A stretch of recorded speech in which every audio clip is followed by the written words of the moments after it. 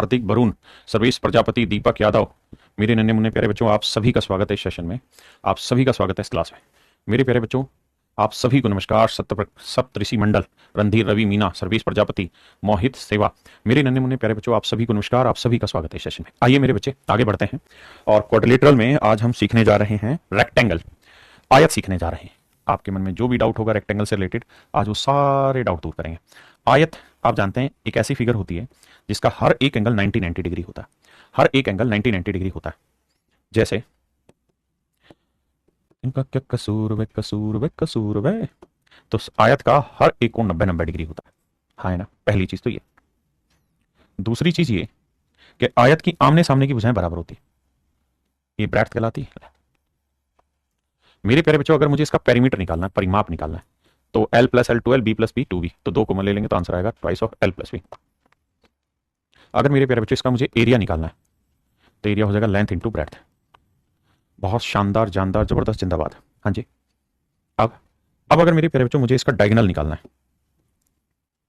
This is the length of diagonal, तो आप मुझे कहेंगे सर ये तो ट्रिपलेट बनाएगा, मतलब राइट एंगल ट्रायंगल होगा, तो इसका जो डायगोनल होगा वो होगा टन टन टन L square plus B square का square root. L square plus B square का स्क्वायर रूट। मेरे प्यारे बच्चों, चूंकि रेक्टेंगल भी पैरेललोग्राम का ही हिस्सा है, लेकिन रेक्टेंगल में कुछ खास बात होती है, इसलिए इसका अलग से नाम रखा हुआ है रेक्टेंगल हमने।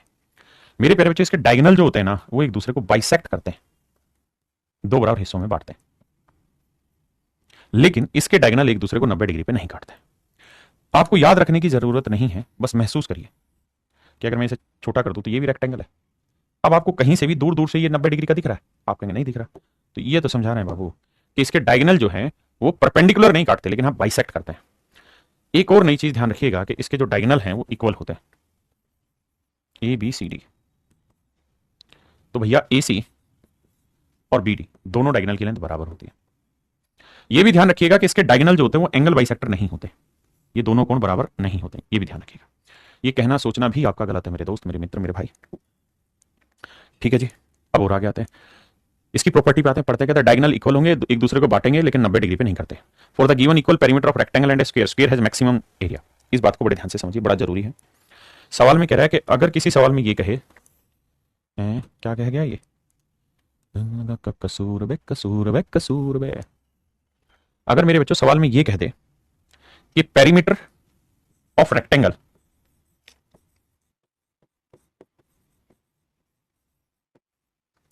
और पेरीमीटर ऑफ स्क्वायर दोनों अगर आपस में बराबर है, यानी वर्ग का परिमाप और आयत का परिमाप अगर दोनों बराबर हैं, तो मेरे प्यारे बच्चों एरिया जो होगा ना वो स्क्वायर का ज्यादा होगा। एरिया ऑफ स्क्वायर बड़ा होगा, ग्रेटर होगा एरिया ऑफ रेक्टेंगल से। रेक्टेंगल से बड़ा एरिया होगा। छोटी छोटी बातें सीखते जाइए, आगे बढ़ते रहिए। हाँ जी, क्या कहा मैंने कहा कि अगर पेरीमीटर दोनों का बराबर है तो जिसकी सारी भुजाएं बराबर होंगी उसका एरिया सबसे बड़ा होगा। दूसरी कैरेक्टरिस्टिक थी। तीसरा, the figure form by joining the mid point of the adjacent side of a rectangle is a rhombus. Very important point, इतना जरूरी पॉइंट है कि भूल के भी भूलना नहीं। क्या कि भैया अगर किसी रेक्टेंगल की सारी साइड्स के मिड पॉइंट को आप मिला दें, अगर किसी आयत की सारी भुजाओं के मध्य बिंदु को आप मिला दें, किसी रेक्टेंगल की सारी साइडों के मिड पॉइंट को आप मिला दें, किसी आयत की सारी भुजाओं के मध्य बिंदु को मिला दें,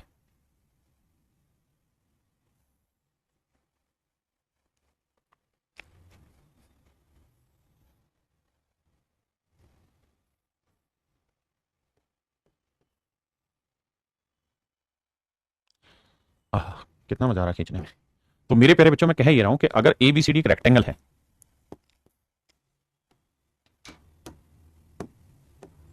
अगर ABCD अगर एक आयत है और ये मेरे प्यारे बच्चों PQRS है, PQR एंड S है, और PQRS इनकी हर एक साइड के मिड पॉइंट है, तो मेरे प्यारे बच्चों PQRS जो होगा is a rhombus, is a rhombus. तो PQR एक रोम्बस होगा, तो PQRS एक चतुर्भुज होगा, एक चतुर्भुज होगा ना, सॉरी समचतुर्भुज होगा। PQRS एक मेरे प्यारे बच्चों समचतुर्भुज होगा। ये मैं समझाने की कोशिश कर रहा हूं, जो तीसरा पॉइंट था कि अगर किसी रेक्टेंगल की सारी एडजेसेंट साइड्स के मिड पॉइंट को मिलाएंगे तो जो फिगर बनेगी वो रोम्बस बनेगी। अब आगे आते हैं, एरिया लेंथ इंटू ब्रेड्थ होता है, डायगोनल निकालने का सूत्र बता दिया, पेरीमीटर बता दिया। अब आगे आते हैं। अगर मेरे प्यारे बच्चों दोनों डायगोनल के बीच में बनने वाला कोण आपको दे रखा हो, दोनों विकर्णों के बीच में बनने वाला कोण आपको दे रखा हो, ये डायगोनल है, ये डायगोनल, दोनों डायगोनल के बीच में बनने वाला कोण आपको दे रखा है, ये दे दिया। ये डायगोनल डी है, ये डायगोनल भी डी है। और मेरे प्यारे बच्चों अगर आपसे पूछा जाए कि इसका एरिया बताइए, अगर आपसे पूछा जाए इसका एरिया बताइए, तो आप होगा half into D square into sine theta. बहुत ही जबरदस्त फार्मूला है, रट लीजिएगा कि अगर किसी रेक्टेंगल में जहां पर दोनों डायगोनल आपस में टकरा रहे हो, तो एक होगा बड़ा कोण, ये होगा बड़ा कोण और ये होगा छोटा कोण, तो आपने छोटे वाला कोण उठा लेना है और half into D one into D मतलब D one into D two दोनों ही सेम है, तो half into D square into sine theta आपका एरिया निकाल के दे देगा। अगली बात करते हैं, बहुत छोटी छोटी मगर बहुत मोटी मोटी और अच्छी बातें बताने जा रहा हूं, पेपर में सॉल्व डायरेक्ट आते हैं। आपको याद होगा मैंने बताया था कि पैरेललोग्राम के अगर सारे एंगल के एंगल बाइसेक्टर आप खींचोगे तो रेक्टेंगल बनता है, आपने कहा हाँ। लेकिन अगर रेक्टेंगल के सारे एंगल के एंगल बाइसेक्टर आप खींचेंगे, अगर रेक्टेंगल के सारे एंगल के एंगल बाइसेक्टर आप खींचेंगे, तो मेरे प्यारे बच्चों जो फिगर बनेगी ना वो कुछ और नहीं, स्क्वायर बन जाएगी। ध्यान देना, अगर रेक्टेंगल के सारे एंगल के एंगल बाइसेक्टर आप खींचेंगे तो जो फिगर बनेगी वो वर्ग बनेगी, स्क्वायर बनेगी। जो बनेगी फिगर वो क्या बनेगी मेरे प्यारे बच्चों, वर्ग बनेगी। पक्की बात है। अब मेरे प्यारे बच्चों अगर किसी रेक्टेंगल में जो लेंथ है इन दोनों साइडों के मिड पॉइंट ले लें, कि ये ले लें और एक ले लें, और इनको अपोजिट वर्टेक्स से ज्वाइन करा दें, इससे हमने इसको ज्वाइन करा दिया, तो ये डायगोनल जो होगा ना ये इसे 3 इक्वल हिस्सों में बांटेगी, 3 बराबर हिस्सों में बांटती है। तो ये डायगोनल को मेरे प्यारे बच्चों 3 बराबर हिस्सों में बांट देती है। अब आपके सवाल शुरू होते हैं। रेक्टेंगल का बेसिक मैंने एक्सप्लेन कर दिया। पेपर में सवाल कौन से विशेष पूछे जा सकते हैं, पहला तो ये पूछा जा सकता है कि अगर इसके सारे एंगल बाइसेक्टर मिला दिए जाए, मतलब सारे एंगल बाइसेक्टर खींचे और फिर कोई फिगर बने तो उस फिगर का नाम क्या होगा। दूसरा सवाल आपसे ये पूछा जा सकता है कि अगर हम इसकी सारी साइड के मिड पॉइंट को मिला दें तो जो फिगर बनेगी वो क्या बनेगी। बहुत जरूरी है, हाँ है ना। विश्वजीत सिंह बाबू आप कति मेंटल हो चुके हैं, कह रहे इतना जल्दी ज्योमेट्री खत्म क्यों कर रहे हो, थोड़ा आराम से। पता नहीं आप सार्केज्म के नजरिए से कह रहे हैं या कैसे। मैं वैसे ही पढ़ाता हूं जैसा मेरे को पढ़ाना है, मैं ना तो आपके वजह से जल्दी करता ना देर करता, इसलिए आरोप मत लगाइए। आइए सवाल पे, क्योंकि आपके लिए ये एक जरिया है सरकारी नौकरी पाने का, लेकिन मेरे लिए मेरा जीवन है ये। मैं पढ़ाने के अलावा मुझे और कोई काम आता नहीं जो मैं करूंगा, तो इसलिए मैं उसमें ईमानदार हूं और रहूंगा 100%। सवाल में कह रहा है कि आयत में क्या विशेषता होती है, क्या डायगोनल एक दूसरे के इक्वल नहीं होते। गलत बात, इक्वल होते हैं, तो ये गलत पॉइंट आ गया। डायगोनल अपोजिट साइड्स को बाइसेक्ट करते हैं, बिल्कुल भी नहीं करते। अपोजिट एंगल को बाइसेक्ट नहीं करते। क्या डायगोनल एक दूसरे को परपेंडिकुलरली काटते हैं, नहीं काटते। कह रहा कंजुगेटिव एंगल आर कांग्रुएंट, ये बात बिल्कुल सही है, क्योंकि जो रेक्टेंगल होते हैं उसके लगातार जो कोण होते हैं बराबर होते हैं, कांग्रुएंट के बराबर। देखिए ये 90 है, ये भी 90 है, ये लगातार हुआ, ये भी 90 होगा, ये लगातार हुआ, फिर इसके लगातार। तो पहले वाला पॉइंट मेरे बच्चे एब्सोल्युटली करेक्ट है।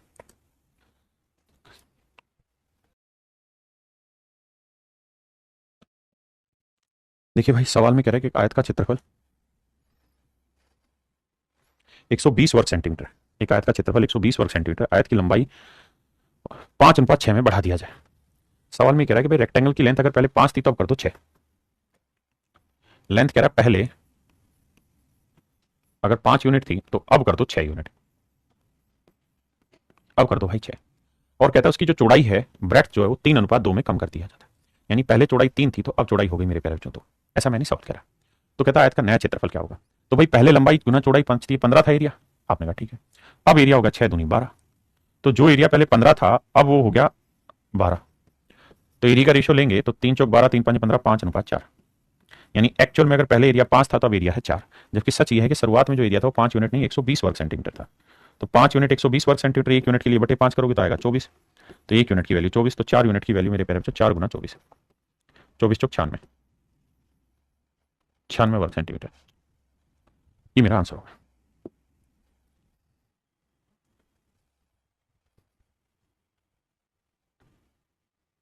देखिए मेरे बच्चे सवाल में कह रहा है ratio of length to the breadth of a rectangle is 3:2। किसी आयत की लंबाई और चौड़ाई का अनुपात मेरे प्यारे बच्चों 3:2।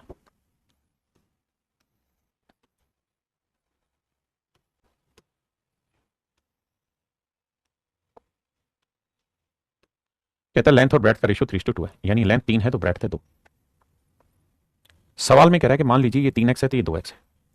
अब बाबू सवाल में एक पॉइंट उठा के दिया है और वो ये कि अगर आयत की प्रत्येक भुजा को दोनों तरफ से 1-1 सेंटीमीटर बढ़ा दिया जाए, यानी 1 सेंटीमीटर इधर बढ़ेगी तो 1 सेंटीमीटर इधर बढ़ेगी, यानी हर एक साइड 1 और 1 2 सेंटीमीटर बढ़ गई, तो लेंथ बढ़ गई मेरे प्यारे बच्चों 3x + 2। आपने कहा साहब बिल्कुल ठीक है। और ब्रेड्थ भी इधर भी 1 सेंटीमीटर बढ़ाओगे, इधर भी 1 सेंटीमीटर, तो 2 सेंटीमीटर बढ़ गई, तो ब्रेड्थ हो गई 2x + 2। आपने कहा बिल्कुल ठीक है। तो कहता है ऐसा करने से इनकी लंबाई और चौड़ाई का नया अनुपात 10:7 हो जाता है। देखो दूसरा सवाल कहता है तो ये नई लेंथ होगी और ये नई ब्रेड्थ होगी 2x + 2। तो कहता है जी इनका जो रेशियो निकल के आता है ना, वो मेरे बच्चे 10:7 हो जाता है। ऐसा मैंने सवाल करा भाई। क्रॉस मल्टीप्लाई करेंगे, एक्स की वैल्यू फाइंड आउट करेंगे, यहाँ रखेंगे, लेंथ ब्रेड्थ आपके पास आ जाएगी, फिर एरिया निकालना कोई मुश्किल काम होगा नहीं। अरे हाँ है ना, बिल्कुल। नेक्स्ट पे अगला सवाल सेम है वो, नेक्स्ट पे आइए।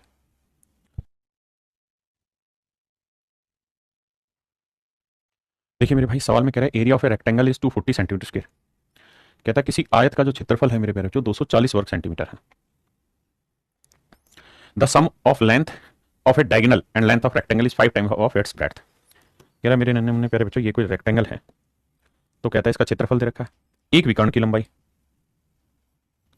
ये हो गया आपका डायगोनल, ये लेंथ होगी मेरे बच्चे, ये ब्रेड्थ होगी। तो डायगोनल आप जानते हैं क्या होगा साहब, तो डायगोनल होगा साहब root L square plus B square. ये तो हो गया डायगोनल। एक विकर्ण की लंबाई और एक आयत की लंबाई, आयत की लंबाई है एल। कहता है ये उसकी लंबाई का योग उसकी चौड़ाई का 5 गुना, चौड़ाई कितनी बी, तो बी का 5 गुना। अब ध्यान देना मेरे बच्चे, इस चीज को यहीं रखते हैं, L square plus B square, 5b minus L, दोनों साइड होल स्क्वायर करेंगे तो L square plus B square, इसका होल स्क्वायर करेंगे तो A square 25b square plus L square minus 2×5=10 bl। हाँ जी, पहले इतनी बात समझिए, फिर उसके बाद की कहानियां आगे करेंगे। पहले इतनी बात को खुल के समझिए। कह रहे आयत का क्षेत्रफल इतना दे रखा है। अब मेरे प्यारे बच्चों रेक्टेंगल का एरिया क्या होता है साहब, तो आप कहेंगे एल इंटू बी, तो रेक्टेंगल का एरिया हुआ एल इंटू बी, और ये दे कितना रखा है 240, तो ये लेंथ 240 है। अब थोड़ा दिमाग दौड़ाओगे तो आपको पता चलेगा कि एल स्क्वायर से एल स्क्वायर गया, 25b स्क्वायर इधर जाएगा, 24b स्क्वायर आया, ये -10bl इधर आएगा, प्लस का होगा, और एल इंटू बी की वैल्यू है 240, 240 को 10 से गुना करोगे आएगा 2400। वैल्यू पुट करना, बच्चे हो नहीं, छोटी बच्ची है क्या, तो बी स्क्वायर की वैल्यू 100 है, तो बी की वैल्यू आ गई मेरे नन्हे मुन्ने प्यारे बच्चों 10, यानी ब्रेड्थ जो है मेरे प्यारे बच्चों वो है 10 सेंटीमीटर, ब्रेड्थ है 10 सेंटीमीटर। तो लेंथ इंटू ब्रेड्थ क्या होता है 240, तो ब्रेड्थ अगर 10 है तो 10 से उधर भाग देंगे तो लेंथ आएगी 24 सेंटीमीटर, तो लेंथ आएगी मेरे प्यारे बच्चों 24 सेंटीमीटर। और यही आपसे पूछा हुआ है कि आयत की लंबाई क्या करें।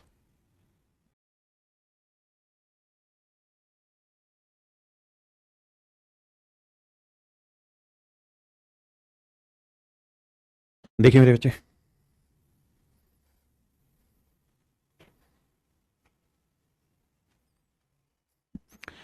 कह रहा है area of a rectangle is this centimetre square, if the length of a rectangle is increase by this and area of a rectangle is increase by this, find the breadth of its rectangle.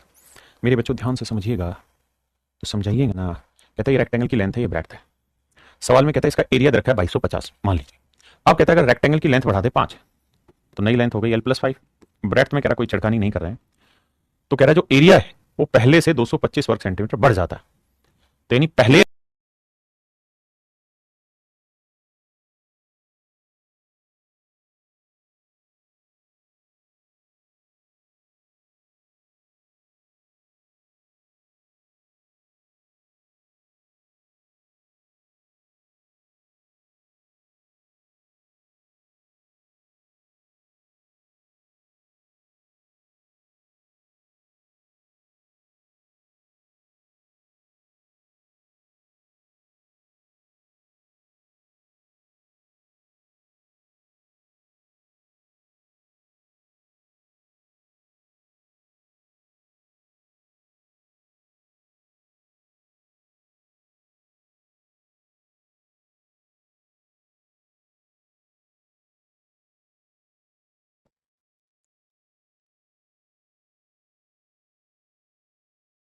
देखिए मेरे बच्चे, सवाल में कह रहे हैं आयत की लंबाई उसकी चौड़ाई का 3/2 गुना है, यानी अगर ये रेक्टेंगल है तो कहता है उसकी लंबाई चौड़ाई का 3/2 गुना, यानी चौड़ाई 2 है तो लंबाई होगी मेरे बच्चे 3।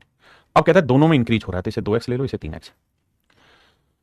तो भैया ये बताइए इसका ओरिजिनल एरिया कितना बना, तो आप कहेंगे 3 दूनी 6x स्क्वायर। बहुत बढ़िया।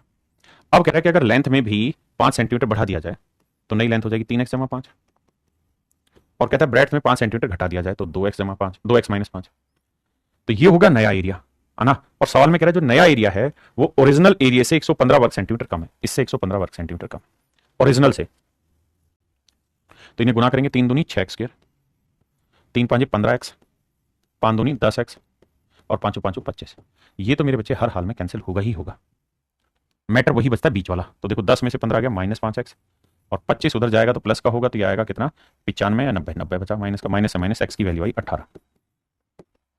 तो कहता लंबाई और चौड़ाई बताइए, तो 18 × 3 = 18, 18 दूनी 36, तो लंबाई चौड़ाई आएगी मेरे बच्चे ऑप्शन ए 54 36।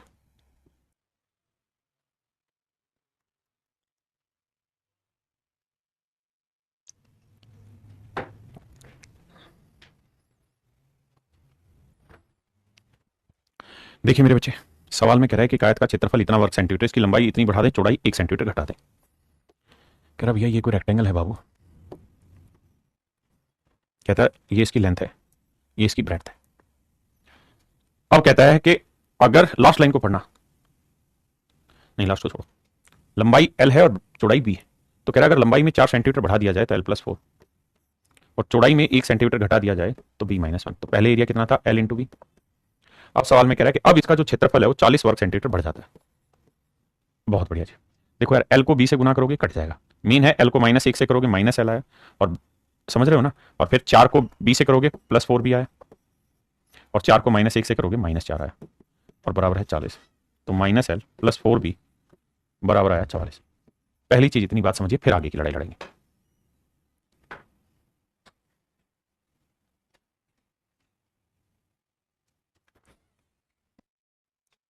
अब मेरे प्यारे बच्चों, सवाल में मुझसे पूछा है कि तो बताइए इसकी चौड़ाई का 4 गुना, यानी इसकी चौड़ाई कितनी है B, तो इसका 4 गुना 4B, और इसकी लंबाई है L। कहते हैं इनका डिफरेंस निकाल के बताइए क्या है।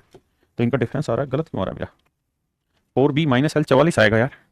भाई देखो, एक कम किया ना और उसको 4 सेंटीमीटर बढ़ाया है, तो 40 सेंटीमीटर बढ़ रहा है। गलती कहाँ कर रहे हैं बताना भाई, गलती 44 ही होना चाहिए ना, गलती हो रही कहीं ना कहीं। भाई -4 उधर जाएगा तो प्लस का होगा, 4B - L ही आ रहा है, यहां भी दिक्कत नहीं है। तो मेरे प्यारे बच्चों ऑप्शन में मिस्टेक है, वही मैं फंस गया था, यहां 4 लिख लीजिए। नाराज क्यों है भाई,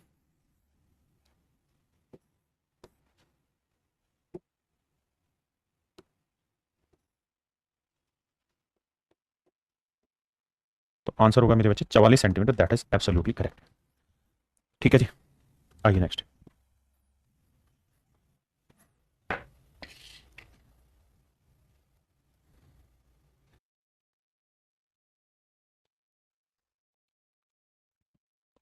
कहते हैं एक आयत के विकर्ण की लंबाई 25 सेंटीमीटर और इसका परिमाप 70 सेंटीमीटर है, आयत का क्षेत्रफल ज्ञात करिए।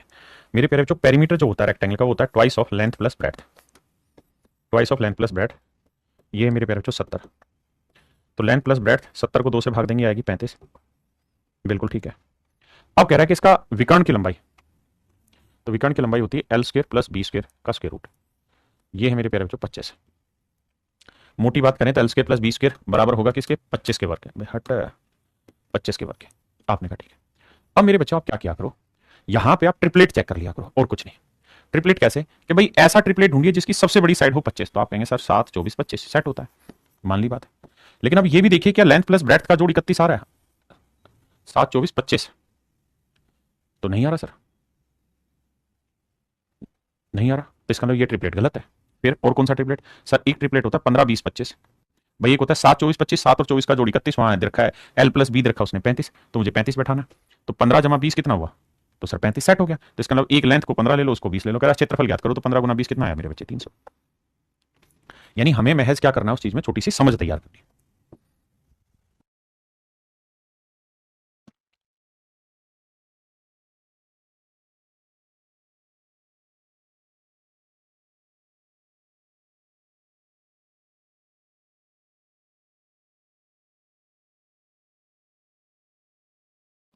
देखिए मेरे बच्चे, a person cross a rectangular field diagonally at a speed of 52 metre per minute in 15 second.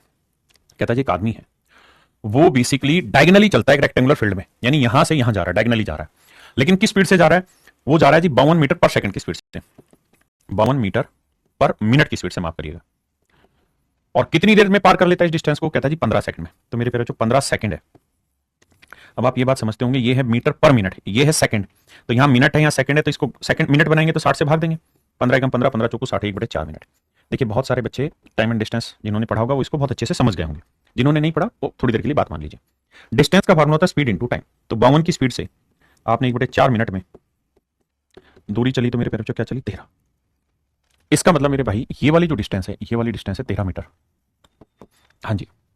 अगली लाइन में कह रहा है कि दूसरा आदमी है, कहता है वो इन भुजाओं के अनुदिश 68 मीटर प्रति मिनट चलते हुए उसे उतने ही समय में पार कर लेता है।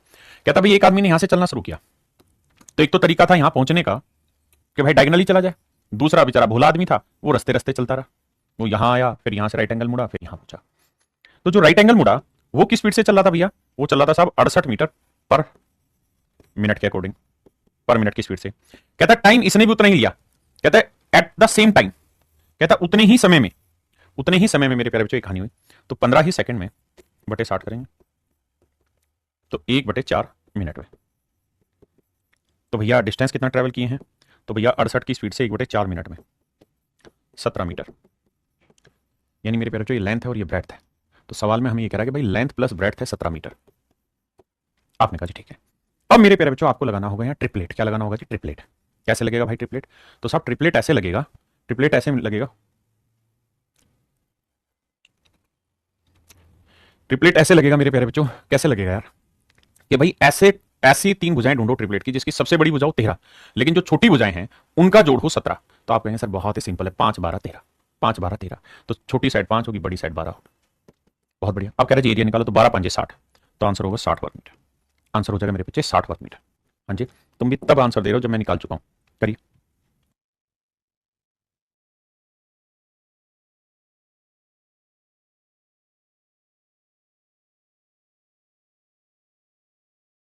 देखिए यार सवाल में कह रहे एक आदमी है, उसकी स्पीड है 1.8 किलोमीटर पर आवर,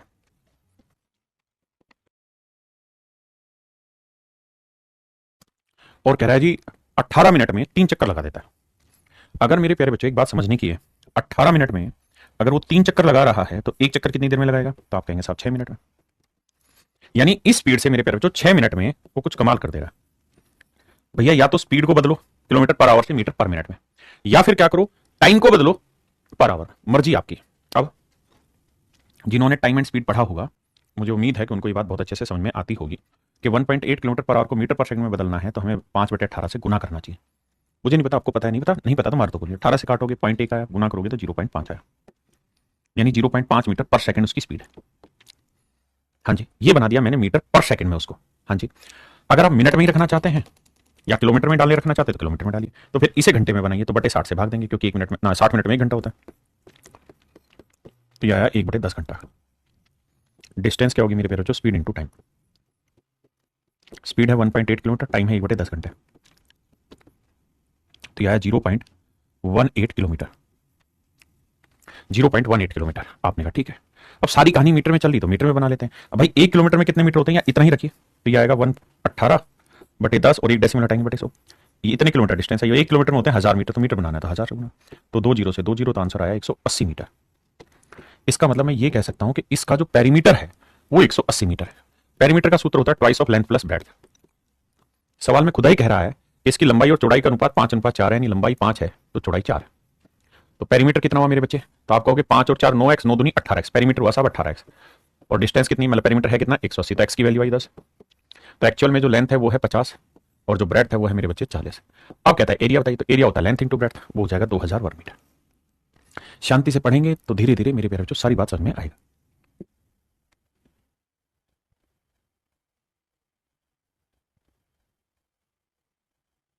देखिए यार कति बेसिक सा सवाल है, बुद्धू टाइप सा। कहता है ये रेक्टेंगल है, सवाल में कह रहा है कि इसके अंदर जो डायगोनल हमने खींचा है, ट्रिपलेट बैठाया करो, नहीं बैठेगा तो डिटेल सोल्व करना। तो डायगोनल है 17 और चौड़ाई है 8, तो मेरे बच्चे 8 15 17 ट्रिपलेट है।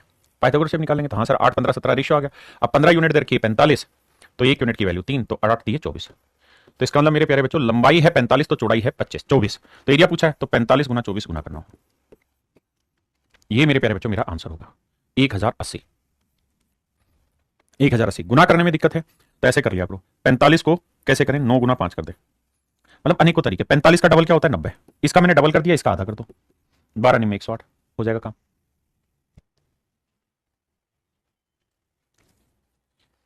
कह रहा जी कायद के विकर्ण की लंबाई 65 है।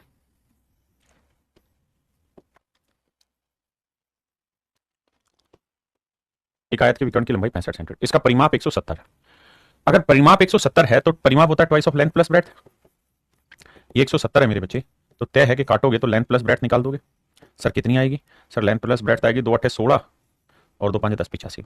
तो अब ऐसा कोई ट्रिपलेट ढूंढिए जिसकी सबसे बड़ी भुजा हो 65। क्यों हो भाई 65? क्योंकि सर ये राइट एंगल के सामने, और जो 2 छोटी भुजाएं हैं इनका जोड़ हो मेरे भाई 85, इनका जोड़ हो मेरे प्यारे बच्चों 85। लगाइए भाई। तो आप कहेंगे सर 65 किससे कट रहा है, 5 से कट रहा है। तो एक ट्रिपलेट होता है सर 5 12 13, तो 13 5 65, तो 12 5 60 और 5 5 25। तो सर एक ट्रिपलेट ये भी आपने पढ़ा रखा है कि 25 60 65। अगर 25 60 65 ट्रिपलेट है तो देखो 25 और 60 का जोड़ 85 सेट हो रहा है। हाँ साहब हो रहा है। तो इसका मतलब ये साइड 25 है मेरे बच्चों, मतलब उल्टा लिख दिया मैंने, ये साइड 60 होगी तो ये साइड हो जाएगी मेरे प्यारे बच्चों 25। सवाल में कह रहा है जी एरिया बताओ, तो 25 गुना 60 का तो 25 150, तो 1500 वर्ग सेंटीमीटर मेरा राइट आंसर।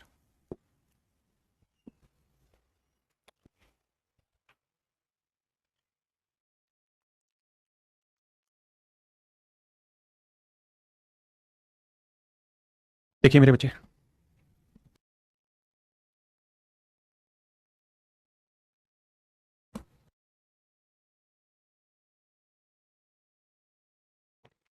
कह रहा जी एक रेक्टेंगल है, उसकी लेंथ और ब्रेड्थ का रेशियो 2 1 है, तो इसका पेरीमीटर कितना हुआ, 2 और 1 3 दूनी 6। तो अगर इसका परिमाप 6 है तो स्क्वायर का भी परिमाप 6 है। बिल्कुल ठीक है जी, इसमें कोई दो राय नहीं है। कह रहा है एक रेक्टेंगल और एक स्क्वायर दोनों का पेरीमीटर बराबर है।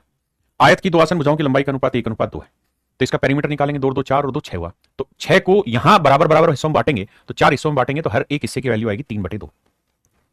आपने कहा जी ठीक है। अब कहता है इनके एरिया का रेशियो बताओ, तो भैया आयत का क्षेत्रफल होगा 2 एकम 2, जबकि इसका स्क्वायर का एरिया होगा 3 का वर्ग 9 और 2 का बटे 4, 4 दूनी 8। तो आंसर होगा मेरे प्यारे बच्चों 8:9। उसने पहले आयत लिखा फिर वर्ग लिखा, तो आंसर होगा मेरे बच्चे 8:9, ऑप्शन बी। हाँ है ना।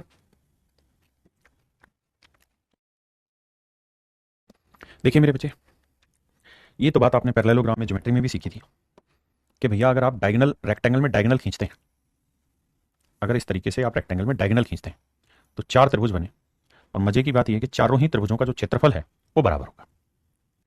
यानी अगर आप सारे डायगोनल खींचेंगे तो 4 इक्वल एरिया में ट्रायंगलें बढ़ जाएंगी, मतलब 4 इक्वल एरिया में क्वाड्रिलेटरल बन जाएगी। हर एक टुकड़े का जो एरिया होगा वो हमेशा ही बराबर होगा। एक सवाल इस पे ले दे रहे हैं।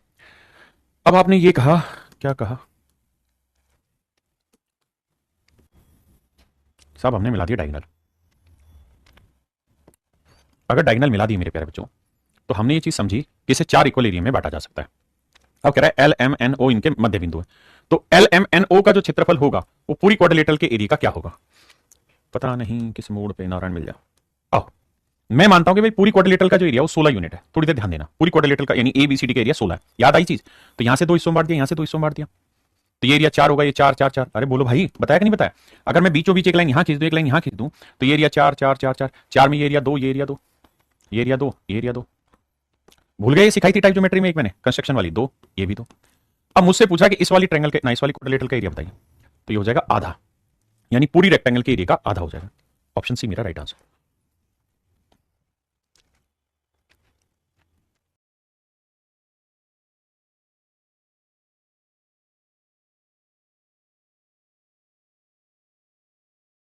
देखिए मेरे बच्चे, कॉन्सेप्ट वही, अगर मैं ये डायगोनल खींच दूंगा तो बेसिकली 2 इक्वल एरिया में ट्रायंगल को बांट देगा। जितना एरिया इसका होगा उतना ही एरिया मेरे प्यारे बच्चों इस वाले ट्रायंगल का होगा। आपने कहा ठीक है। सवाल में कह रहा है पी क्यू आर ट्रायंगल का एरिया 48 है, तो मेरे प्यारे बच्चों अगर ये वाला एरिया 48 है ना, ये वाला 48 है, तो हर हाल में ये भी 48 होगा।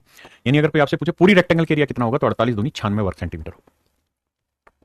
पूरी रेक्टेंगल के एरिया 96 वर्ग सेंटीमीटर होगा। ठीक है जी, मैं ये कह रहा हूं अगर पूरी का एरिया 96 है, तो अभी जो कॉन्सेप्ट सिखाया उस कॉन्सेप्ट से ये बात तो जानते हैं कि ए बी सी डी क्या है मेरे बच्चे, इसके मध्य बिंदु। और ये बताया कि भाई इसका जो एरिया है, इसका जो एरिया बना मिड पॉइंट मिलाने पे जो फिगर बनी, इसका जो एरिया है वो पूरी बड़ी फिगर के एरिया का आधा होगा। आपने कहा तो पूरी का एरिया 96 था, तो इसका एरिया कितना होगा, 48। ये एरिया 48 हुआ। यानी मेरे नन्हे मुन्ने बच्चों, ये वाला जो एरिया आया इसका, ये एरिया 48 आया। आपने कहा साहब ठीक है, अगर ये एरिया 48 आया तो ये वाला एरिया कितना हुआ, ये वाला एरिया 24 होगा, क्योंकि डायगोनली तो है। और अगर ये डायगोनल है तो एरिया को 2 इक्वल पार्ट्स में बांटेगा। अगर ये विकर्ण है तो इस क्षेत्रफल को 2 हिस्सों में बांटेगा। तो 48 का आधा करेंगे मेरे प्यारे बच्चों, तो क्या है 24। तो ये वाला एरिया है 24। हाँ जी, अब आइए आगे। मेरे प्यारे बच्चों, बड़ी मजबूती से मेरी बात को सीखना है, बहुत काम की चीज सिखा रहा।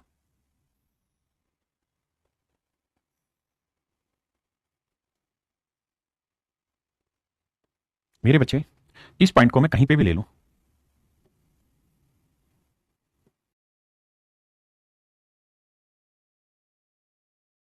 मेरा कहने का मतलब ये पॉइंट इस रेक्टेंगल में कहीं पे भी हो, यहां हो, यहां हो, यहां हो, यहां हो, अगर इस बिंदु से इसके चारों वर्टेक्स से मिला दिया जाए, अगर इस पॉइंट से इसके चारों वर्टेक्स को मिला दिया जाए, तो मेरे प्यारे बच्चों ये एरिया जमा ये एरिया बराबर होगा ये एरिया जमा ये वाला एरिया। ये बात ध्यान रखिएगा, इन अपोजिट एरियाज का जो सम है वो इन अपोजिट एरियाज के सम के हमेशा ही बराबर आएगा। ये बिंदु कहीं पे भी हो, चाहे बिंदु यहां हो, है ना।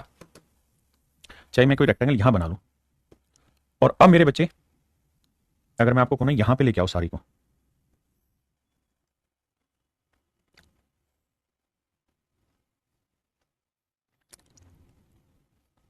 तो मेरी बात बड़े ध्यान से समझना, इस बिंदु से मैं इसको कहीं पे भी ले जाऊं, यहां लाऊं, यहां लाऊं, यहां लाऊं, यहां लाऊं, कहीं पे भी लाऊं, चाहे यहां लेके आऊं, तो अपोजिट एरिया हमेशा इक्वल होंगे। देखो अगर बिल्कुल मिड पे ले आऊंगा, डायगोनल सीधे कर दूंगा, तो ये 4 इक्वल एरिया में बटेगी। मैं यहां लाऊंगा तब भी अपोजिट एरियाज का सम बराबर होगा, यहां लाऊंगा तब भी, यहां लाऊंगा तब भी, यानी कहीं पे भी लेके से घुमाऊं, मैं यहां पे भी लाके छोड़ूंगा ना इसको, तो इस बात को ध्यान रखना कि ये एरिया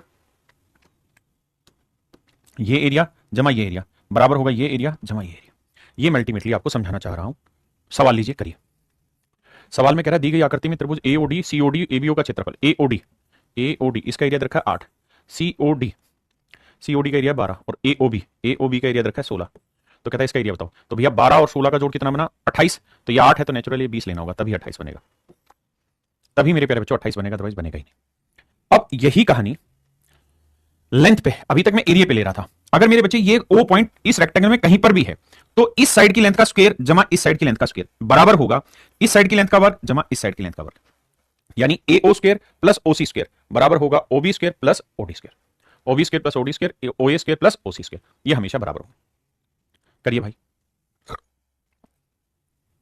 ओए रखा 6, ओसी रखा 8, ओडी रखा 6, कहता है ये पूछा है। तो मेरे बच्चे सिंपल है, ओए स्क्वायर प्लस ओसी स्क्वायर बराबर होगा ओडी स्क्वायर प्लस ओबी स्क्वायर। मेरे प्यारे बच्चों वैल्यू रख देना, ये निकालोगे तो 8 ही निकल के आएगी, हाँ है ना। करिए भाई।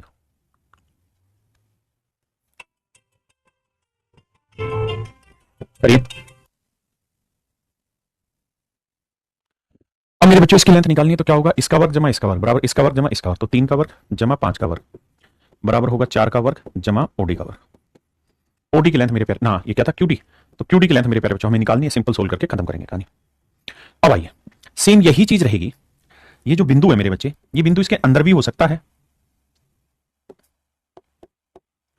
ये बिंदु इसके अंदर भी हो सकता है और बाहर भी हो सकता है, ये समझाने की मैं कोशिश कर रहा हूं।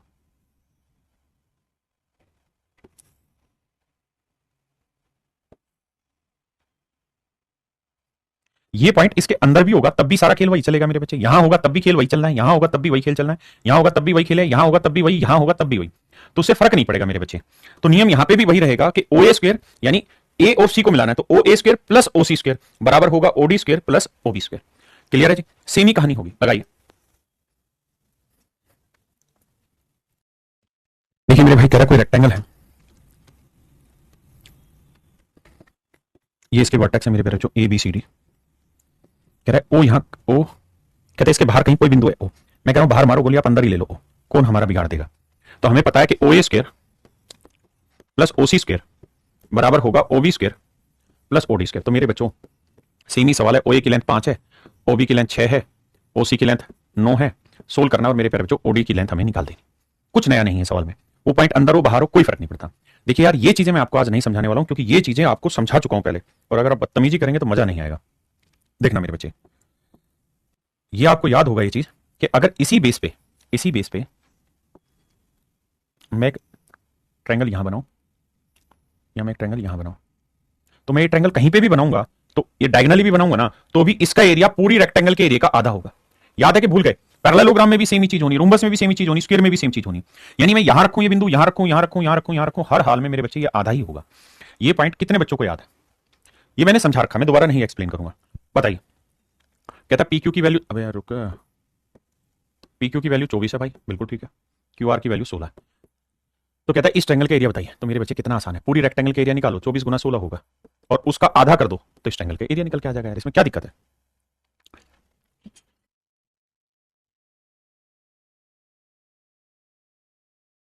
देखिए मेरे बच्चे, सवाल कह रहा है कि एपी की लेंथ है 22, अगर ये लेंथ 22 है मेरे प्यारे बच्चों, तो कह रहा है पीक्यू की जो लेंथ है वो 8 है, ये वाली लेंथ 8। अब कह रहा है कि एबीसी एक त्रिभुज जहां पर इस तरह से मिलते हैं कि बीक्यू की लेंथ 2 है और क्यूसी की लेंथ 16 है। बहुत बढ़िया जी। कहता है एबी और बीसी भुजाओं के मध्य बिंदुओं को मिलाया गया, एबी और बीसी के मध्य बिंदुओं को मिलाया गया, ये कह रहा है ना, एबी और बीसी, तो इसका मिड पॉइंट मिलाया और इसका मिड पॉइंट, बाद में देखेंगे ज्योमेट्री लगेगी। तो कहता है मध्य बिंदु को मिलने वाली रेखा की लंबाई क्या होगी? अब मुझे एक बात बताओ मेरे बच्चे, ये पूरी लेंथ कितनी है? आप कहेंगे साहब 22 है। ये कितनी है साहब 16। तो ये 22 है 16, तो ये लेंथ कितनी होगी? तो 22 में से 16 घटाएंगे, लेंथ आएगी साहब 6 सेंटीमीटर। बिल्कुल ठीक है मेरे प्यारे बच्चों। अगर ट्रिपलेट की थोड़ी बहुत भी आपको समझ है तो आप कहेंगे ये साइड 6 है, ये साइड 8 है, तो आंख बंद करके कह दो सर ये साइड 10 होगी। मैंने कहा कह दी, ये 6 ये 8 तो ये साइड 10 होगी। अब मुझे एक बात ये बताना, ये जो ट्रायंगल है, अब ज्योमेट्री का नियम लगेगा, जो हाईलाइट कर रहा हूं इसे फोकस करना कि अगर किसी ट्रायंगल की किन्हीं दो साइड्स के मिड पॉइंट को मिलाएंगे तो जो लाइन बनेगी वो तीसरी लाइन के पैरेलल भी होगी और उसकी आधी भी होगी, पैरेलल भी और आधी। ये 10 है तो मेरे नन्हे मुन्ने प्यारे बच्चों ये लेंथ कितनी होगी? 5। ये लेंथ होगी 5, और यही आपसे सवाल में पूछा हुआ है कि ये लेंथ होगी 5 सेंटीमीटर। हाँ जी देखिए भाई, कहता दिए गए चित्र में ABCD एक आयत है, ABCD एक आयत है और DC पर कोई बिंदु है P। BC की लेंथ है 24। कहता BC की लेंथ है 24। कहता DP की लेंथ है 10। ये लेंथ है 10। CD की लेंथ है 15। C कहाँ है? CD की लेंथ 15 है, ये 10 है, तो ये मेरे प्यारे बच्चों बनी 5 और ये है 15। ध्यान देना क्योंकि रेक्टेंगल है तो अपोजिट साइड इक्वल होंगे। 24 10 15 ठीक है। ऊपर प्रतिच्छेदित करते हैं तो AQ की लेंथ बतानी क्या होगी? कह रहा भैया AQ की लेंथ निकाल के बतानी आपने क्या होगी, ये आपका सवाल है। किसकी लेंथ बतानी मेरे प्यारे बच्चों? AQ की लेंथ आपको निकाल के देनी क्या होगी। आइए मेरे प्यारे बच्चों AQ की लेंथ, यार इसमें निकालना क्या है, ये तो बड़ा आसान है, इसमें इतनी मेहनत क्यों करा रहा है भाई? BC की लेंथ उसने अच्छा BC की लेंथ 24 दी, माफ करना BC की लेंथ 24 है। हाँ वही मैं कहूँ ना, इतनी तो मेहनत उसको करने की जरूरत ही नहीं जितना वो दिखा रहा है। BC की लेंथ है मेरे प्यारे बच्चों 24। ठीक है जी, अब मुझे पता करना है क्या होगा। आओ भाई लगाते हैं दिमाग। देखो दो चीज है, पहली चीज तो ये, अगर मैं स्टूडेंट हूं तो मुझे पता है कि ये लेंथ 15 और मुझे लेंथ निकालनी है AQ की, ये लेंथ निकालनी है तो 500% ट्रिपलेट सेट हो रहा है। अगर ट्रिपलेट सेट नहीं हो रहा होता तो रूट में आंसर आता, और रूट में कोई भी ऑप्शन है नहीं। तो मुझे सबसे पहले देखना है कि 15 के साथ कौन सा ट्रिपलेट सेट होता है, 15 के साथ कौन सा ट्रिपलेट सेट होता है। तो भैया 5 से काटें तो 5 3 15, तो 3 से तो 3 4 5 होता है। लेकिन अगर मैं 5 लूं तो 5 3 15, 5 चौक 20, 5 5 25, ये तो सेट ही नहीं हो सकता क्योंकि जो छोटी बजा वो 20 है जबकि यहाँ तो 24 आ रखी है। तो भैया ये नहीं हो रहा सेट, तो फिर कौन सा होगा? सर हम ये भी तो कर सकते हैं 3 से काटे, 3 5 15, तो 5 से कौन सा हो रहा है? 5 12 13। यहां लग सकता है 5 3 15, तो 12 3 36 और 13 3 39, यानी ट्रिपलेट हो सकता है सर 15 36 39, और 36 हो भी सकती है क्योंकि ये 24 है, ये निकल जाएगी। तो मेरे बच्चे आंसर आ गया मेरा 39, जो कि मेरा ऑप्शन में भी दरकार, अगर मैं थोड़ा सा समझदार हूं ट्रिपलेट ढूंढने में तो। लेकिन मैं हूं निरा बावड़ा बालक, तो भैया फिर मैं कैसे करूं इस सवाल को? तो मैं फिर दिमाग कैसे दौड़ूंगा सर कि ये बताओ इस ट्रायंगल में सर ये तो तय है कि ये लाइन और ये लाइन पैरेलल है क्योंकि रेक्टेंगल की साइड है, और अगर पैरेलल है तो इनकी साइडों की लेंथ का रेशियो क्या है? 1:3, 5 एकम 5 5 3 15, 1:3। तो हर हाल में इस साइड की लेंथ 1 होगी ना, तो इस साइड की लेंथ 3 होगी। आंख बंद करके आप कहेंगे बिल्कुल, तो 3 ये 1 ये, तो ये लेंथ कितनी आ गई? 2। तो 2 यूनिट 24 है तो 1 यूनिट 12, तो ये लेंथ आएगी 12, तो ये लेंथ आएगी 12 3 36। इसका मतलब ये एक नई राइट एंगल ट्रायंगल बन गई जिसमें एक साइड 15 है एक साइड 36 है, ये 15 है ये 36 है, और आपको ये निकालनी है, तो ये आ जाएगी मेरे प्यारे बच्चों 39, है ना। तो आप इस तरीके से भी सवाल को टैकल कर सकते हैं, करिए मेरे भाई।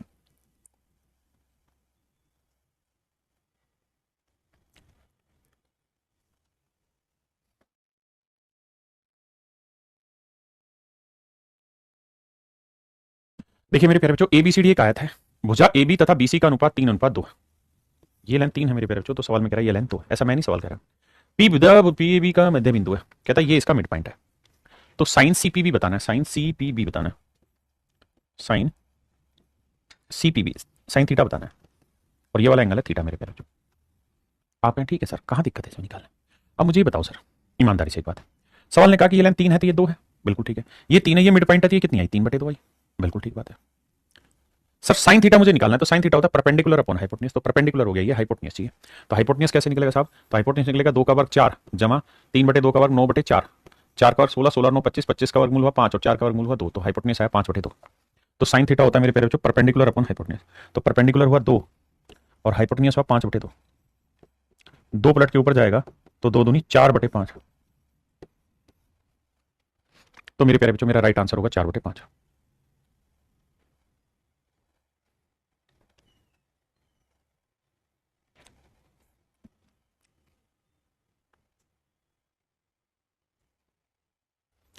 देखिए भाई सवाल समझात रहें फिर बात भी करें। आइए मेरे बच्चे, सवाल में कह रहा है कि दी गई आकृति में PQRS एक रेक्टेंगल है, ठीक है, और कह रहा है क्या कि PQ, कहता PM जो है वो PQ का 1/3 है, PM जो है वो PQ का 1/3 है, PQ का, यानी पूरी लेंथ 3 है तो PM 1 है। अगर ये 1 है मेरे बच्चे तो ये तय हुआ कि लेंथ 2 होगी, आपने कहा सेट है मामला। अब यदि पी एम आर एन का क्षेत्रफल 17 वर्ग सेंटीमीटर है, कहता है इस क्वाड्रिलेटरल का एरिया 17 वर्ग सेंटीमीटर है। बहुत खूबसूरत। तो पी क्यू आर एस का एरिया बताइए मेरे प्यारे बच्चों क्या होगा। तो सवाल में कह रहा है पी क्यू आर एस का एरिया आपने बताना है क्या होगा। और सवाल में कह रहा है कि पी एन पी एस का एक तिहाई है, पी एस का एक तिहाई है, यानी ये पूरा 3 है तो ये कितना होगा 1 है। ये पूरी लेंथ 3 है तो ये लेंथ कितनी होगी 1, तो ये लेंथ कितनी होगी 2। अब मोटी मोटी बात समझिए। सवाल बहुत ही खूबसूरत है, समझने का सवाल है, तड़ाई मारने पे सवाल नहीं निकले। कैसे? मेरे प्यारे बच्चों ये कोई क्वाड्रिलेटरल है, ठीक है जी, बल्कि रेक्टेंगल नाम ही दे दे रहा है, पी क्यू आर एस। ऐसे ही है? हाँ जी सर। अगर मेरे नन्हे मुन्ने बच्चों मैं ये डायगोनल खींच दूं तो डायगोनल खींचते ही मुझे एक बात समझ में आनी चाहिए पूरी तरह, और वो ये कि भाई डायगोनल इक्वल एरिया में बांटता है, जितना एरिया ये होगा उतना ही एरिया ये होगा। आपने कहा साहब बिल्कुल ठीक बात है, अगर डायगोनल इक्वल एरिया में बांट रहा है तो जितना क्षेत्रफल इसका होगा उतना ही क्षेत्रफल इसका होगा। बिल्कुल ठीक है। अब सवाल में कह रहा है कि यहां से एक लाइने जा रहा है, यहां इसका नाम है एम, इसका नाम है एम, और ये 1:3 के रेशियो में बांट रहा है, ये 1:3 के रेशियो में ना 1:2 के रेशियो में बांट रहा है, माफ करिएगा 1:2 में बांट रहा है। अब मैं आपको कुछ समझाना चाहता हूं, कुछ दिखाना चाहता हूं, कुछ बताना चाहता हूं कि थोड़ी ही देर के लिए इसको हटा दिया जाए और सिर्फ ये ट्रायंगल मैं आपको दिखाऊं, तो आप ये महसूस करेंगे कि इस ट्रायंगल में ये वर्टेक्स दोनों ही ट्रायंगल का कॉमन है, इस वाली ट्रायंगल का और इस वाली ट्रायंगल, दोनों ही ट्रायंगल का वर्टेक्स कॉमन है आर, बिल्कुल। और दोनों ही ट्रायंगलें बेस्ड है इस स्ट्रेट लाइन पे। आपने कहा बिल्कुल। अगर दोनों ट्रायंगलों का एक कॉमन वर्टेक्स भी है, दोनों का बेस एक सेम स्ट्रेट लाइन पे लाई कर रहा है, तो इनके क्षेत्रफलों का अनुपात वही होगा मेरे प्यारे बच्चों जो इनकी भुजाओं की लंबाई का अनुपात है। आपने कहा ठीक है साहब, इसमें भी मान लेते हैं। इसका मतलब ये लेंथ एक ना, ये एरिया 1 यूनिट होगा तो ये एरिया कितना होगा 2 यूनिट। भाई अगर इनके बेस की लेंथ का रेशियो 1:2 है तो मेरे प्यारे बच्चों इनके एरिया की लेंथ का रेशियो भी 1:2 होगा। आपने कहा साहब बिल्कुल ठीक है, हम समझते हैं इस बात को। अगर आप इतनी बात को महसूस करते हैं और हमारी बात को समझ रहे हैं आप, तो एक बात बताइए, इस लाइन को अगर हम हटा ले रहे हैं तो ये पूरा एरिया कितना आ गया? तो साहब पूरा एरिया आ गया 3। बिल्कुल ठीक है, पूरा एरिया आ गया 3, मान ली बात, पूरा एरिया आ गया 3। और पूरा एरिया 3 आया तो उसमें ध्यान ये देना कि ये एरिया कितना आया था। तो आप कहेंगे साहब ये जो एरिया आया था ये 1 यूनिट आया था, ये एरिया 2 यूनिट आया। अब मेरे बच्चों एक बात ये भी मुझे बताइए कि ये डायगोनल था, अगर ये एरिया 3 है तो हर हाल में ये वाला एरिया भी 3 होगा, इसमें तो सोचना ही नहीं। बिल्कुल ठीक बात है। और ये जो पॉइंट है ये एन है, ये पॉइंट है एन, तो मेरे नन्हे मुन्ने बच्चों ये रेशियो भी 1:2 हुआ। ये 1 है तो ये लेंथ 2 है, बिल्कुल। तो यहां पे भी वही दिमाग दौड़ाएंगे, कौन से वाला दिमाग कि सर देखिए एक तो ये वाला ट्रायंगल है इस वाले वर्टेक्स पे जुड़ा हुआ है, एक मेरे प्यारे बच्चों ये वाला ट्रायंगल है, दोनों ही त्रिभुज का एक उभयनिष्ठ शीर्ष भी है और दोनों ही त्रिभुजों का आधार एक सेम स्ट्रेट लाइन पे लाई कर रहा है। अगर ऐसा है मेरे प्यारे बच्चों तो इनके क्षेत्रफलों का अनुपात वही होगा जो इनके आधार की लंबाई का अनुपात होगा। तो ये एरिया 1 यूनिट होगा तो ये एरिया 2 होगा, क्योंकि इनके बेस का लेंथ 1:2 है तो एरिया का रेशियो 1:2 होगा। और ये 3 एरिया था तो ये भी 3 लिया मैंने। आपने कहा ठीक है। तो अब आपने एक चीज नोटिस की, और वो नोटिस ये की कि ये एरिया 1 है तो ये एरिया भी 1 है तो ये एरिया भी 2 है। यानी अगर पूरी रेक्टेंगल का एरिया जानना चाह रहे तो 2 2 4 और 1 5 और 1 6 यूनिट हुआ। कंप्लीट रेक्टेंगल का एरिया अगर आप जानना चाह रहे हैं, rectangle P Q R S का area, P Q R S का एरिया आप जानना चाह रहे हैं तो होगा 6। जबकि जो क्वाड्रिलेटरल है कौन सी, P M R N, P M R N, इसका एरिया कितना होगा? P M R N, P M R N, इस क्वाड्रिलेटरल का एरिया होगा 1 और 1 2। आप कहेंगे ये बात सही है भाई, अगर पूरी का 6 था तो इसका एरिया था 2। अगर रेशियो निकालोगे तो ये आएगा 3 तो ये आएगा 1। जबकि इस क्वाड्रिलेटरल का एरिया दे रखा है 1 यूनिट नहीं 17 वर्ग सेंटीमीटर, तो ये एरिया 1 यूनिट 17 वर्ग सेंटीमीटर है तो 3 यूनिट क्या होगा 17 3 51, तो ये वाला एरिया होगा मेरे बच्चे 51 वर्ग सेंटीमीटर। और यही आपसे सवाल में पूछा हुआ है। बहुत सारे ढक्कन ऐसे हैं जो इतने बावले हैं कि उन्होंने बस आंख बंद किया और 34 बोल दिया, डबल कर दो। ऐसे नहीं बनेगी ना बात भाई, करिए। देखिए मेरे बच्चे सवाल में कह रहा है दिए गए आयत एबीसीडी में समद्विबाहु समकोण त्रिभुज एबीई का क्षेत्रफल, समद्विबाहु समकोण त्रिभुज एबीई का क्षेत्रफल दिया हुआ है, यानी ये दोनों साइडें बराबर है और ये समकोण त्रिभुज है समद्विबाहु, जहां सीई की जो लेंथ है वो थ्राइस ऑफ बीई होगी। कहता है अगर ये लेंथ 1 होगी ना मेरे बच्चे तो सीई की लेंथ थ्राइस ऑफ बीई होगी, तो ये वाली लेंथ 3 होगी। आपने कहा मामला सेट। और ये 1 है मेरे प्यारे बच्चों तो ये लेंथ भी 1 होगी। हाँ जी। तो कहता ए बी सी डी आयत का क्षेत्रफल ज्ञात करिए। एक बात बताना भाई, रेक्टेंगल की लंबाई कितनी आ गई 3 और 1 4, चौड़ाई कितनी आ गई 1। तो मेरे भाई मैं आपको कहूं कि भाई रेक्टेंगल का एरिया बताइए क्या होगा, तो आप कहेंगे 4 एकम 4, तो इसका एरिया होगा 4 यूनिट। जबकि ट्रायंगल का एरिया बताइए तो आप कहेंगे ट्रायंगल का हो जाएगा sir half into base into height, तो बेस भी 1 है और हाइट भी 1 है, तो ये एरिया आ जाएगा 1/2। तो ट्रायंगल का एरिया आ जाएगा 1/2, तो रेक्टेंगल का एरिया 4, रेशियो लेंगे तो 1:8 आएगा। जबकि सवाल में कह रहा है कि ट्रायंगल का एरिया 1 यूनिट नहीं 7 वर्ग सेंटीमीटर है, तो 1 यूनिट 7 है तो 8 unit 8 7 56, and that is option C. Option C मेरे बच्चे राइट आंसर है। आंख बंद करके अंधे बन के सवाल मत क्या करो। कहते समद्विबाहु समकोणीय त्रिभुज बीसीई, यार ये सवाल सही में वो भी आप कर लेंगे। इसका ये भी सीखा था जिसमें ईडी 4 इकाई है, बीई, एक सेकंड ना भाई, सवाल में क्या दिया गया है जिसमें ईडी 4 इकाई है, ईडी की लेंथ है 4 यूनिट, बहुत बढ़िया। एई ईबी के बराबर है, एई और ईबी बराबर है,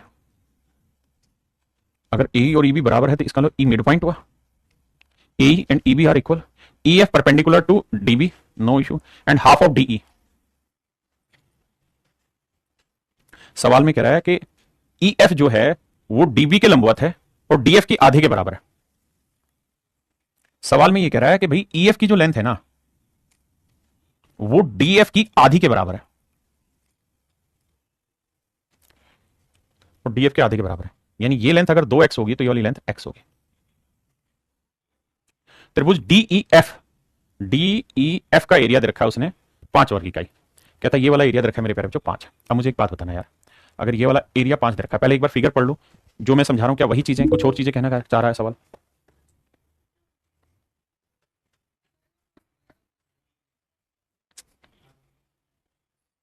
आइए मेरे बच्चे, आपने कहा जी वही सेम बातें, तो डीईएफ का एरिया निकालेंगे तो half into base into height, base हो गया मेरे बच्चे 2x और हाइट हो गई कितनी x, और ये एरिया है 5, 2 से 2 कटा तो x के बराबर 5 आ गया, x के बराबर 5 आ गया।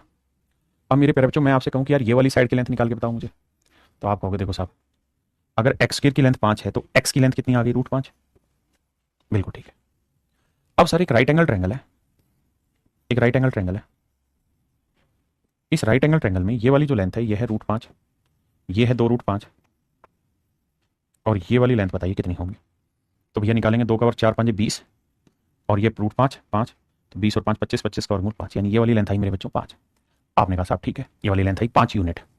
अब मेरे बच्चों एक बात हो, ये भी तो ट्रिपलेट लगेगा, अगर आप थोड़ा ऑब्जर्वेशन बैठाएं तो आपको शायद ये समझ आए कि ये भी तो ट्रिपलेट लगेगा, और अगर ये ट्रिपलेट लगेगा तो ये राइट एंगल ट्रायंगल बनी, बिल्कुल बन गई जी साहब। और अगर ये समकोण त्रिभुज है, ये 4 है ये 5 है, तो ये कितनी होगी, ये 4 है मेरे प्यारे बच्चों ये 5 है, तो ये कितनी होगी, तो आंसर होगा 3, ये लेंथ आई 3।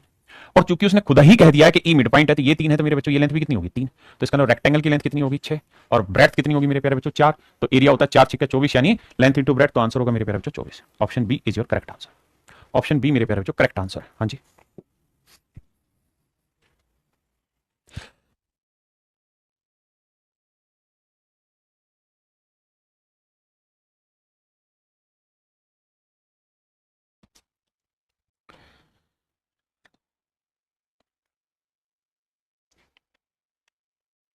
देखिए मेरे बच्चे ABCD का आयत है, P भुजा AB पर एक बिंदु है, जैसा कि दी गई आकृति में दर्शाया गया DP 13 है, DP 13 सेंटीमीटर, उल्टा बना दिया गया फिगर, ये CP 10 है, कहता है ये लेंथ 10 है और DP लेंथ 13 है,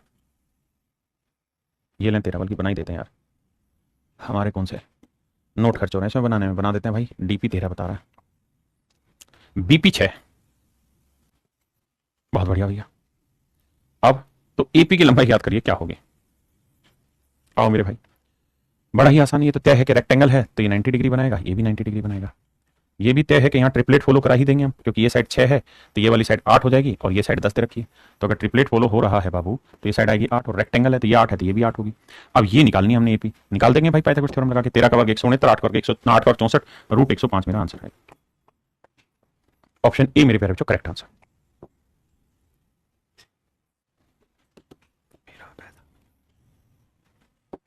कहता लेंथ है L, ब्रेड्थ है B, और पेरीमीटर है P, तो P पेरीमीटर जो कि रिप्रेजेंट करेगा twice of L plus P के, बहुत बढ़िया, ये चीजें दे रखी है। और सवाल में कह रहा है कि L, B और P, B, L और P तीनों गुणोत्तर श्रेणी में, तीनों के तीनों मेरे प्यारे बच्चों ज्योमेट्रिकल प्रोसेस प्रोग्रेशन में, कौन कौन सा, B, L और P तीनों गुणोत्तर श्रेणी में, तो L अपॉन B का मान बताना है क्या होगा। एल अपॉन बी का मान बताना मेरे प्यारे बच्चों क्या हो। देखिए मेरे प्यारे बच्चों, ये तो तय है कि अगर ये ज्योमेट्रिकल प्रोग्रेशन में है तो बीच वाले का वर्ग यानी लेंथ का वर्ग बराबर होगा बी इंटू पी।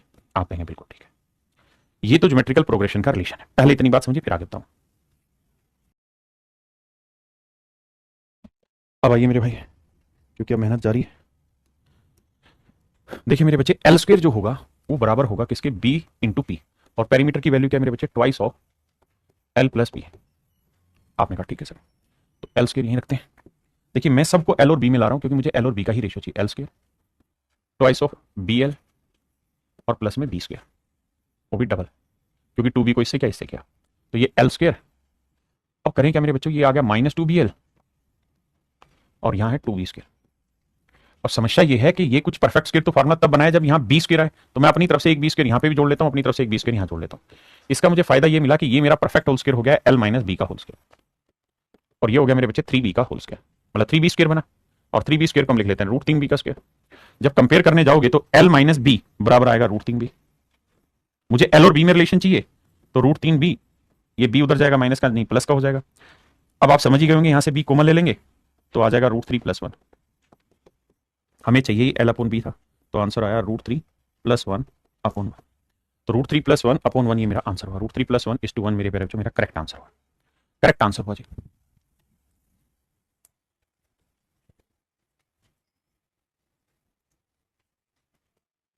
अब बहुत सारे भाई ये सोचेंगे कि हम यहाँ कुछ वैल्यू एज्यूम कर ले।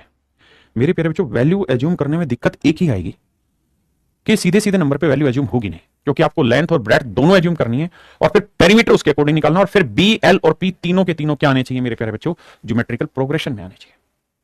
तीनों ही ज्योमेट्रिकल प्रोग्रेशन में आने चाहिए। अब एक कहानी ये हो सकती है कि हम इस सवाल को ऑप्शन से चले जाएं।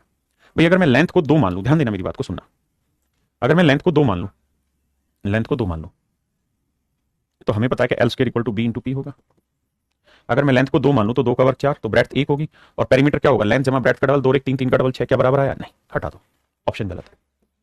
अब आते हैं मेरे बच्चे सिंपल इस पे, डी पे, क्योंकि जो सिंपल सिंपल उसे चेक करेंगे।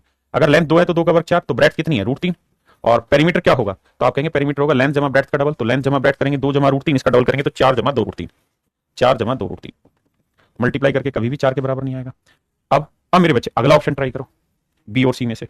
तो ऐसे आपको ऑप्शन ट्राई करने पड़ेंगे कि भाई लेंथ की रेशियो मान लेते हैं रूट तीन जमा एक है, ब्रेड्थ हो गई मेरी एक, ठीक है जी। तो पेरीमीटर कितना हो गया, दोनों को जोड़ोगे एक और एक, दो जमा रूट तीन, तो गुना करोगे तो आएगा चार जमा दो रूट तीन पेरीमीटर। अब लेंथ है कितनी, रूट थ्री प्लस वन का होल स्क्वायर, ब्रेड्थ है कितना एक, और पेरीमीटर कितना है जी, चार जमा दो रूट तीन। अब देखिए मेरे प्यारे बच्चों, क्या इसका वर्ग इसके बराबर है, हाँ सर है, तो इसका मतलब ये राइट है, नहीं तो गलत होता, ठीक है। तो ये कार्रवाई हमें यहां करनी पड़ती है। अब आते हैं मेरे प्यारे बच्चों अगले कॉन्सेप्ट पे।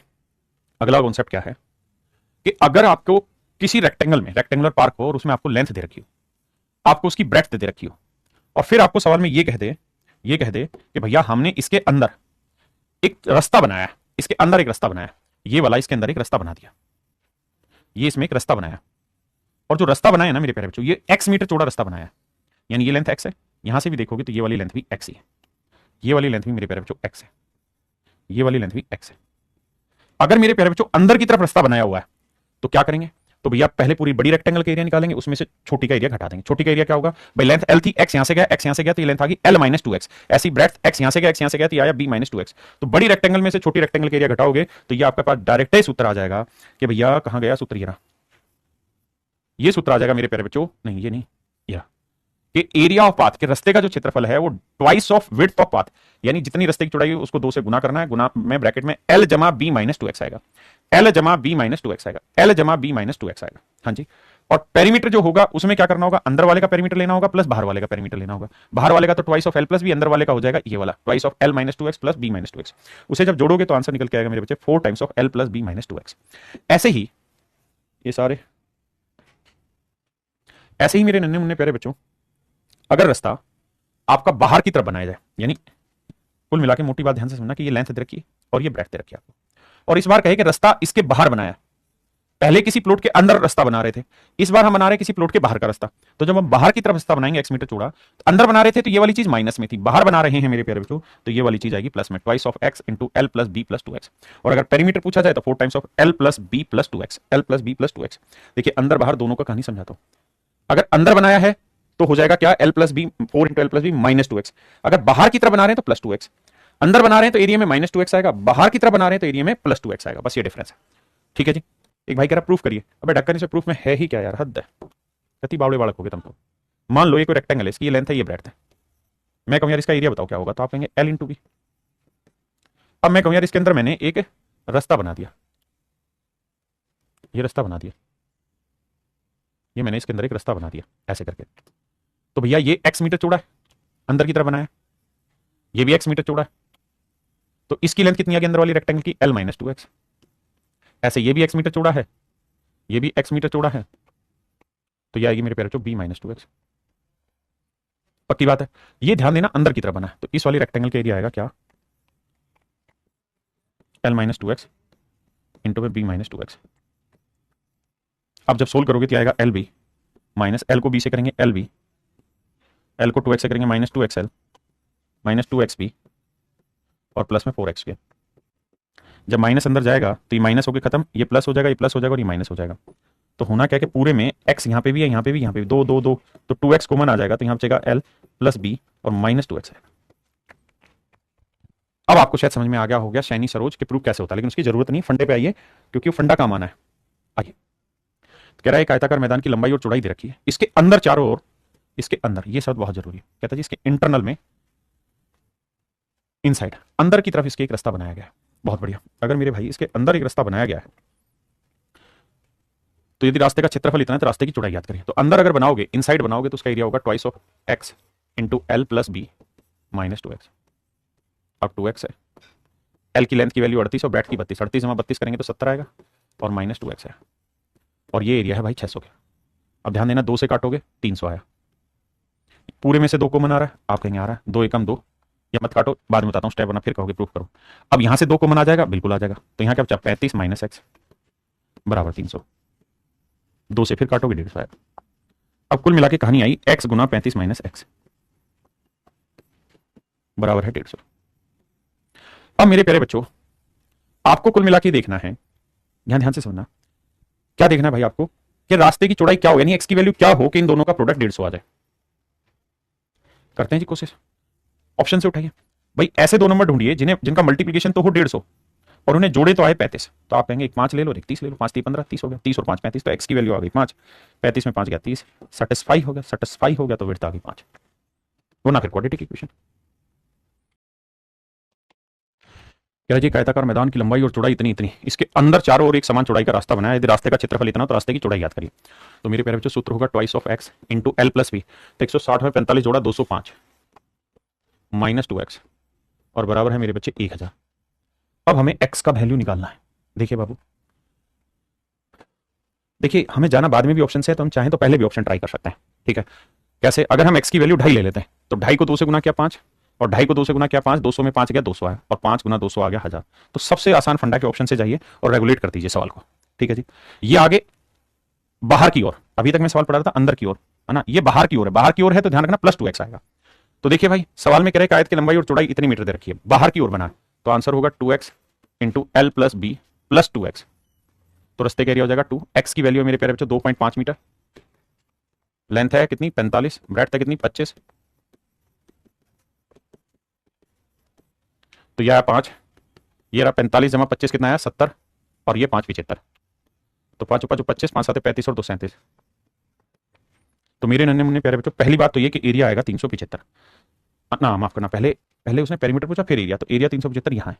अब कहता है साहब पेरीमीटर बताइए, तो अगर बाहर की तरफ बन रहा हो बाबू, तो पेरीमीटर का रास्ता फार्मूला पर लिखवाए हैं 4 times of L + B + 2x, 4 times of L + B + 2x, तो पेरीमीटर होगा 4 times of L + B + 2x। अब देखिए भैया 4 45 45 जमा 25, 45 जमा 25 हो गया कितना 70, और ये 2.5 दूनी 5 75, तो 75 गुना 4 करोगे मेरे प्यारे बच्चों तो आएगा 300। तो ये बी ऑप्शन आपका एब्सोल्युटली करेक्ट है, जिसके अंदर पेरीमीटर भी आ गया, जिसके अंदर एरिया भी आपने पूछा, बी बी बी, क्योंकि पहले पेरीमीटर था। मेरे प्यारे बच्चों ये सवाल आसान है, आप लोग खुद कर लेंगे। ठीक है, अब आते हैं इसके अगले कॉन्सेप्ट पे। अभी तक मेरे प्यारे बच्चों जो रास्ता था वो इन दीवारों के साथ साथ बना हुआ था, ऐसे बाहर बाहर या अंदर अंदर ऐसे बना हुआ था। अब जो रास्ता बन रहा है वो कैसे बन रहा है साहब, अब बन रहा है बीचों बीच, यानी बीचों बीच एक रेक्टेंगुलर बन रहा है, यहाँ पे बीचों बीच एक यहाँ बन गया, ऐसे ही बीचों बीच एक मेरे प्यारे बच्चों यहाँ बन गया। तो अब बीचों बीच अगर बन रहा है तो कैसे कहानी चलेगी उसको समझते हैं। तो अगर मेरे प्यारे बच्चों बीचों बीच बन रहा है और x मीटर चौड़ा बनने लग रहा है, x मीटर चौड़ा बनने लग रहा है, तो फिर एरिया हो जाएगा x times of l plus B minus X, x times of l plus B minus X. और मेरे प्यारे बच्चों जो इसके परिधि होगी, पेरीमीटर होगा, उसको भी आंख बंद करके नोट करना, twice of l plus B minus two X. ये हो जाएगा मेरे प्यारे बच्चों इसका पेरीमीटर, हाँ जी, और ये हो जाएगा मेरे प्यारे बच्चों इसका एरिया। देखिए वहां पे 2x होता था अंदर बाहर, यहां सिर्फ x हो रहा है भाई, इतना सा लॉजिक है। आइए करिए सवाल। कह रहे जी आयताकार मैदान की लंबाई और चौड़ाई क्रम से 80 मीटर और 60 मीटर, इसके बीचों बीच 10 मीटर चौड़े दो रास्ते हैं, मतलब एक ऐसे है तो दूसरा मेरे बच्चे ऐसे, बीचों बीच दो रास्ते हैं। इनमें से एक लंबाई के समानांतर, दूसरा रास्ता चौड़ाई के समानांतर रास्ते का क्षेत्रफल ज्ञात करिए। तो मेरे प्यारे बच्चों रास्ते के एरिया बताया x into L plus B minus X, तो एरिया हो जाएगा रास्ते का x into L plus B minus X. मेरे प्यारे बच्चों x की वैल्यू है 10, लंबाई 80, चौड़ाई 60 है। 80 और 60 140, 140 में से 10 गया 130, तो आंसर आया मेरे नन्हे मुन्ने प्यारे बच्चों 1300 वर्ग मीटर।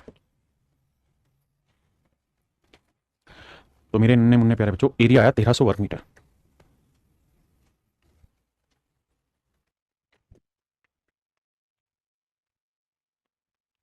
देखिए मेरे बच्चे, कहता है आयताकार मैदान की लंबाई और चौड़ाई क्रम से 90 मीटर और 70 मीटर है। इसके बीचों बीच एक समान चौड़ाई की दो रास्ते की लंबाई और रास्ते का क्षेत्रफल दे रखा है, तो रास्ते की चौड़ाई याद करिए। तो सूत्र होगा मेरे बच्चे x into L plus B, तो 90 जमा 7 70 160 माइनस एक्स। एरिया है 624। बहुत आसानी नहीं ढूंढना, क्यों? क्योंकि 624 के ऐसे दो फैक्टर जिन्हें मल्टीप्लाई करे 624 लेकिन जोड़े तो 160 है। तो ऑप्शन ट्राई करो यार सबसे पहले। अगर ये 3 ले लेंगे तो देखो, अगर यहाँ 160 भी होता तो 16 3 48 नहीं बैठेगा 3 पे, 3 तो गलत है। 4 लेके देखते हैं, ये 4 होगा तो 160 में 4 गया 156, और देखो 4 6 24 15 चौको 60 सेट होने लग रहा है। तो मेरे बच्चे ऑप्शन सी आपका करेक्ट आंसर है।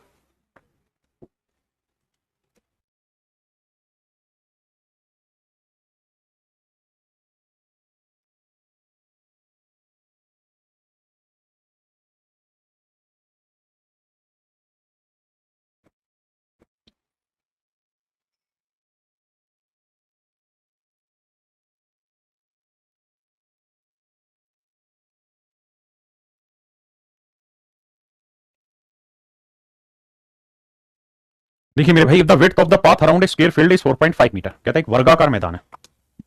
देखिए अभी तक जो सवाल आप पढ़ रहे थे बाबू, वो ये था रेक्टेंगल, अब है वर्गाकार। कह रहा भैया ये कोई वर्गाकार मैदान है, इसके चारों ओर स्थित मार्ग की चौड़ाई स्क्वायर फील्ड, कहता है एक स्क्वायर फील्ड है, उसके बाहर की तरफ, कहता है उसके बाहर 4.5 मीटर चौड़ा एक रास्ता बनाया गया। कहता है एक और रास्ता बनाया जिसकी चौड़ाई 4.5 मीटर है, और वो इसके भैया बाहर बनाया, वो इसके मेरे प्यारे बच्चों बाहर बना। उतना क्लियर मेंशन नहीं है, लेकिन मान के देखते हैं कि भाई बाहर की तरफ बना है 4.5 मीटर जो। कहता है रास्ते का क्षेत्रफल है 252, तो मैदान की भुजाओं की लंबाई ज्ञात करिए। अब आप ये बात जानते हैं कि स्क्वायर की सारी साइडें बराबर होती है, लेंथ भी एल होगी और ब्रेड्थ भी एल ही होगी। आपने कहा ठीक है, तो आप फार्मूला वही अप्लाई करिए जो आप रेक्टेंगल में अप्लाई कर रहे थे, लेकिन बस लेंथ और ब्रेड्थ दोनों इक्वल रख लेना। तो भाई रास्ते का बाहर की तरफ बनाना तो क्षेत्रफल होगा 2x इंटू में L plus B plus 2x, ये इक्वल है 252। हाँ जी, ये गिवन नहीं है कि बाहर है के अंदर है, तो हम लैंग्वेज पढ़ के जो मैक्सिमम सेंस निकालना है उसका इस्तेमाल कर रहे हैं कि भाई किसी वर्गाकार मैदान के चारों ओर स्थित मार्ग, यानी उसके चारों तरफ, फिर बाहर ही माना जा रहा है। अगर आंसर नहीं आएगा फिर इंटरनल चेक करेंगे। आइए, एक्स की वैल्यू क्या है 4.5, तो 4.5 को 2 से गुना करेंगे भाई 9। एल और बी दोनों सेम है बिल्कुल, तो ये 2l आएगा और ये आ जाएगा 9। अब भैया उड़ाते हैं, 9 से उड़ाएंगे, 9 3 27 नहीं होगा, 9 दूनी 18, 18 7 9 8 72, तो 2l प्लस 9 बराबर 28। हाँ जी, तो एल की वैल्यू आ जाएगी 19, 19 का आधा करोगे 8.5, नहीं 9.5, तो आंसर आएगा मेरे प्यारे 9.5। तो भैया स्क्वायर फील्ड की जो लंबाई होगी या चौड़ाई होगी वो 9.5 मीटर। चलिए मेरे प्यारे बच्चों, आज के लिए इतना ही रखते हैं, बाकी आपसे फिर कल मिलते हैं। थैंक यू आप सभी का, धन्यवाद। Thank you, have a nice day to everyone. Thank you मेरे बच्चों।